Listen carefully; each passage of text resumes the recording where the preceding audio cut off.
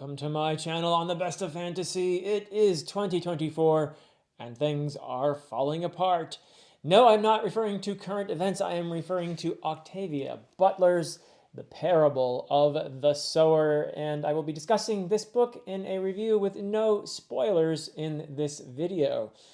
This was originally published in 1993, but it is set, or it begins in 2024. It is a view of America, specifically California, sliding into the apocalypse.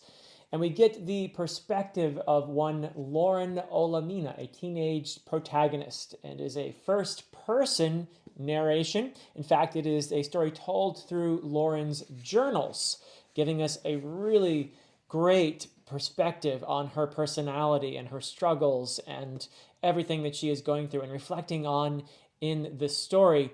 One of the things that is important to note about Lauren, and this is on the back of my particular edition, so I don't think it's a spoiler, but she is someone who keenly feels other people's pain. She has a kind of hyperempathy, or what they call in the story sharing. And this is I wouldn't exactly call it a magical element. There is a sort of a scientific explanation for how she has this ability or disability, depending on how you look at it. But it is a world with a lot of pain, so you can imagine that this would not be a particularly helpful condition to have, except that it does make her unusually empathetic, and I think, interestingly, it may be part of her vision that I'll be talking about in a little bit. One of the reasons, perhaps, why she is someone who would have the type of visions that she has.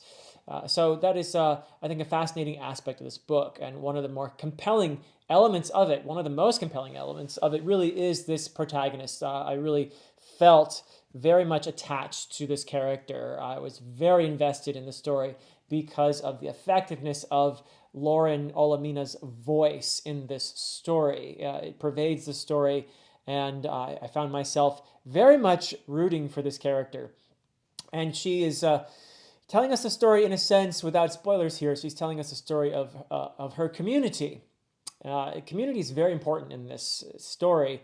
You have a lot of, in this world, there are levels of poverty, let's say, but increasingly what you're seeing is a world that is split into the very few haves, the ultra-rich, who live in their enclosed, protected spaces, and then you have almost everybody else. What you're seeing here is the last shreds of any kind of middle class in America kind of disappearing here as conditions worsen and worsen, and the hordes, the wretched poor living in bestial conditions.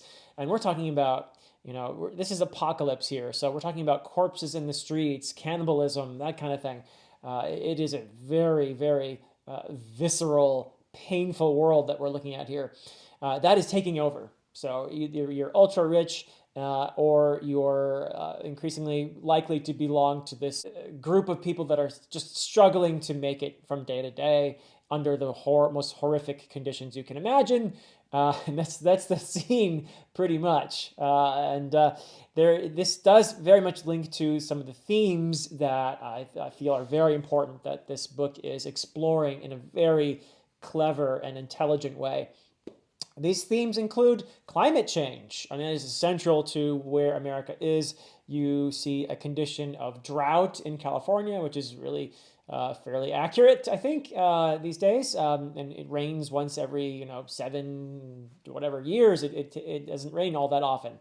And when it does rain, water is extremely precious. You see the extreme preciousness of a resource like water here, which is it's expensive. It's a condition that, in some ways, the world, parts of the world aren't too far off from in many respects, the preciousness of water. You also have, in addition to climate change, you have a lot in here about social inequality, as I alluded to earlier, and corporate greed, and even outright slavery and ownership of human beings.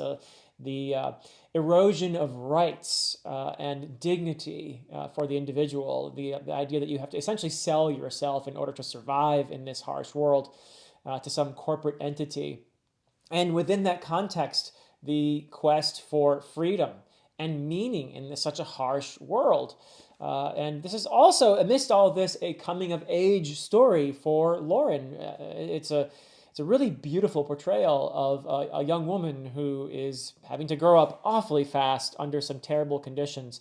And within that, there is a wonderful father-daughter dynamic, another really great aspect of this story. You also have race in here being explored in a way that I find really interesting. And I would say in some ways, the transcendence of race is really important in this story in terms of finding meaning and even survival. There are some categories and ways of seeing other people and the world that it's better to discard if you're going to join hands and survive.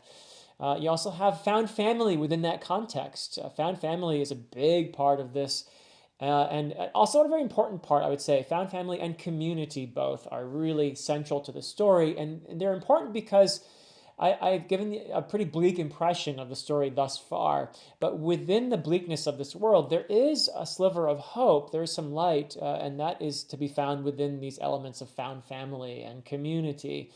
And religion as well. Religion is a thing that comes up in here very prominently in a way. You have the title of the story, Parable of the Sower. If you're familiar with the biblical allusion here, this is a parable that occurs in the Gospels. But the major emphasis in here is on what is called Earthseed. And this is, I hesitate to call it a religion. I wouldn't call it a cult. It's more really of a philosophy, a way of living, I think, with the central idea that God is change. And this is a thing that Lauren is basically, it's her process of thinking and making sense of the world. And she is advocating the embracing of change, owning change as an assertion of agency and empowering oneself in this world of chaos and pain. Embracing change and also connection with other people. That's a really important element of here. This is a fascinating thing where Butler intersperses the chapters with these bits of poetry that Lauren is writing in her journal, which I think are really, it's a compelling part of the story is to sort of get a sense of Lauren's philosophy, her philosophy, not just of survival, but for the flourishing of the species. And that's part of the positivity of the vision here as well.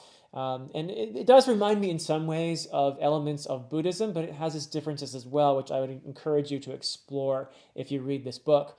And there is one other element here too of colonizing space as part of Lauren's vision for humanity's survival and thriving is going out and Earthseed, spreading the Earth's seed throughout the universe. But to get back to that title and the biblical allusion there with the parable of the sower, Lauren, as a central character here, can be seen as a sower herself, in a sense, that she is sowing seeds, planting seeds, and this has much to do with that theme of community that I was talking about earlier. So the idea that we can survive as a species by going out into the universe, but also the sense of connecting with other people here and forming communities together, and that sense of fertility and making life possible through community, through depending on one another and embracing one another and finding our commonality. That's a really important element in here as well. So this is, I think, overall a kind of bleak and visceral read in many ways, but as I said, it is not without hope. It is actually a very important story and a warning, I believe. Our 2024 is not quite as described in the parable of the sower, but the future that Butler imagines here is still, I think, eerily believable. So we could, shift the date a bit maybe, and it could still feel like, yeah, we could slide into this kind of thing.